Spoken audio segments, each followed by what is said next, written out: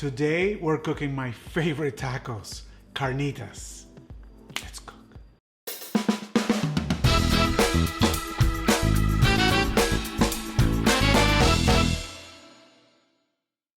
The carnitas taco is found all over Mexico and all over the internet, but it is in the state of Michoacan in Mexico where you find the truly authentic version.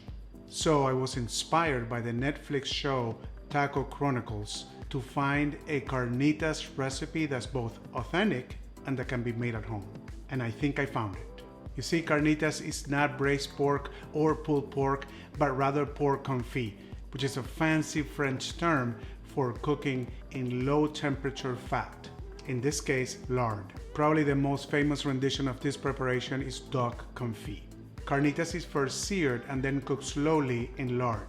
I'm gonna use both lard and oil because I didn't have enough lard.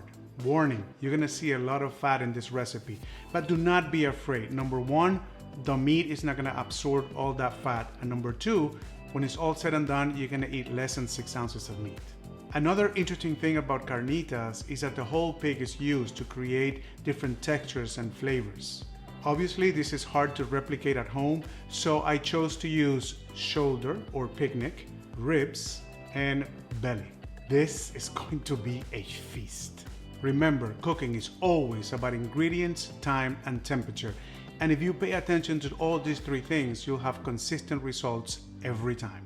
First, we're gonna get organized. The French call this mise en place, and all mise en place is having all the ingredients and the tools that you need right in front of you. Mise en place is less stress. Let's prep. So, we'll need different cuts of pork meat, your choice. Just make sure you add different textures. Salt, lard, orange zest, 1 onion, 1 head of garlic, bay leaves. And we're making homemade salsa, and for that we'll need tomatillos, jalapeno peppers, 1 serrano chile, garlic, cilantro, salt to taste, and a little water to blend. You will also need a large pot like a Dutch oven. Remember, the recipe link is always below. So first we're gonna cut the meat in large chunks. Leave the bone in if they fit in your pot. And we're gonna season the whole thing with salt. Be generous. Melt the lard in the pot and raise the heat to about 350 to 375 degrees so we can sear the meat. Now you're gonna sear the meat in batches. And when it's all brown, you're gonna set it aside. After everything is seared, we're gonna lower the temperature of the oil to about 200 degrees. Add the meat, the garlic, the orange rind, the onion, and the bay leaves.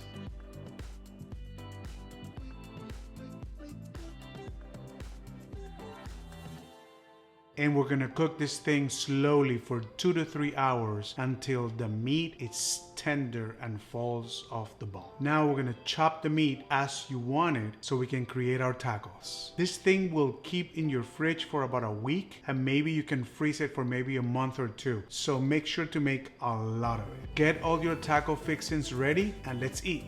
Finally, my favorite moment, taste test. Man, oh man. This looks amazing. Which is the classic street taco. It's just onion and cilantro, and then you add your fixings. So this is how it starts. Then we're gonna add some homemade salsa verde. I had this done already, which are pickled onions. The acid is gonna cut through the fat in the meat. Okay, remember, taco etiquette says don't twist the taco, you twist your face. Okay, so everything remains up there. So here I go.